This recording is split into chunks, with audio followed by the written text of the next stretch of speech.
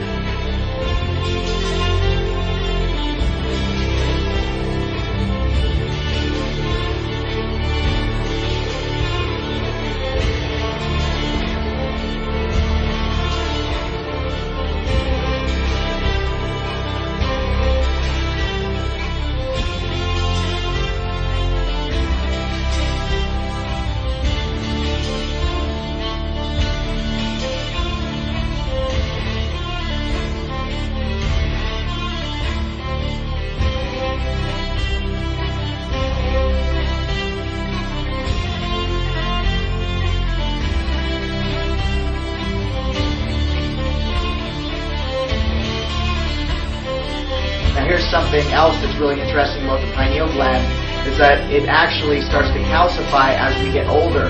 But the calcification is actually caused from the fluoride that's in water. That's right, the very tap water that you drink.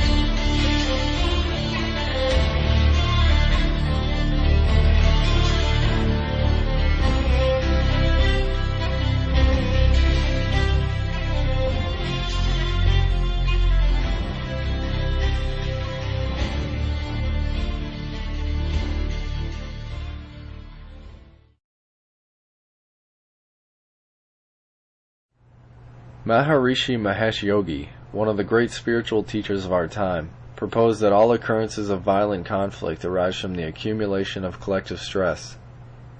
The act of one person meditating has a positive effect on the collective consciousness, but for every additional person meditating at that same time, the effect is increased exponentially. In one study dealing with 48 different U.S. cities, 24 cities were sent intentions to decrease crime. The study showed that when meditation was performed, and by only 1% of their total population, the crime rates dropped 22% and the crime trend dropped 89%.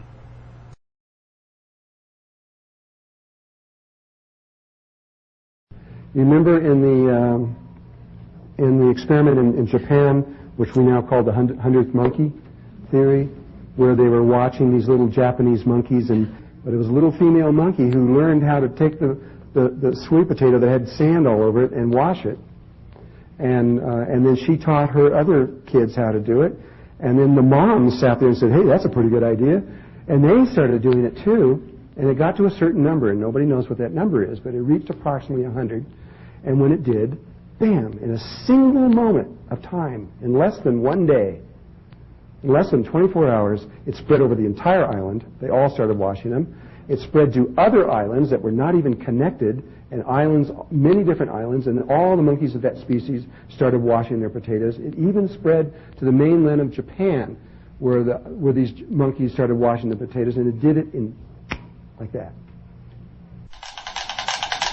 Both the Maharishi effect and the 100th monkey effect are more demonstrations of the collective consciousness shared among all human beings.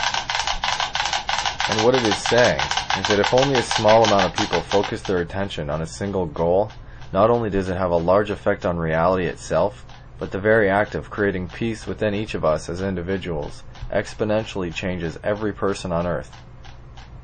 To change the world, all we have to do is change our minds. All of these examples of the unified field of consciousness at work in the physical plane of existence can be explained using the holographic model of reality. The human body is a holographic image of the entire creation of the universe, and that we live in a hologram. If you take a photograph of a hologram and you rip off a little piece of it, it contains the image of the whole thing, even though you just ripped off a little piece of it. Well, your body, your physical body, is the same way. You are a hologram of everything. That's the way it goes. Each point contains the whole. Each point has all information. Each point is connected to all other points in the universe. And then the universe arranges the points in all sorts of different ways and makes all of the things we see.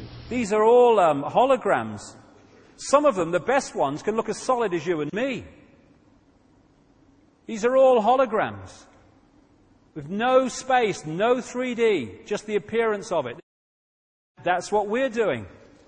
Taking vibrational information and decoding it into a holographic world that appears to be out there but isn't. So, in a decoded state, this is what the world looks like. In an undecoded state, they are energetic vibrational fields. People want to realize that we do live in a holographic universe, okay? Physical reality, what we think it is just a mere illusion, okay? It's very flexible. You can change it by just thinking of the world you want to live in, and the reality itself will crystallize, and it'll form itself according to what you believe in. The world is like a ride at an amusement park, and when you choose to go on it, you think it's real, because that's how powerful our minds are. And the ride goes up and down and round and round. It has thrills and chills, and it's very brightly colored, and it's very loud, and it's fun for a while. Some people have been on the ride for a long time, and they begin to question, is this real, or is this just a ride? And other people have remembered, and they come back to us, and they say, hey, don't worry, don't be afraid, ever, because this is just a ride. And we kill those people. Shut him up. We have a lot invested in this ride. Shut him up. Look at my furrows of worry. Look at my big bank account and my family. This has to be real. It's just a ride. But we always kill those good guys who try and tell us that. You ever notice that? And let the demons run amok? But it doesn't matter, because it's just a ride. And we can change it anytime we want. It's only a choice. No effort, no work, no job, no savings of money. A choice right now between fear and love.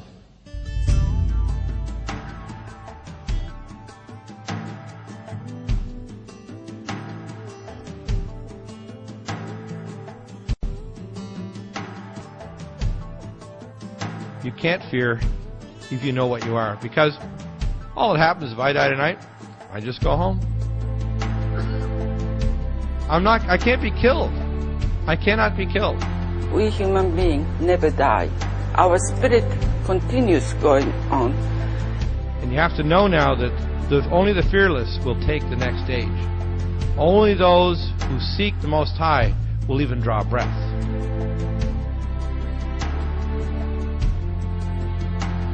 When you consider the fact that most of the people who are in the Illuminati do not want to be in the Illuminati. There would be a mass exodus, a mass revolt, if they could get out. But they can't, because you are punished with death if you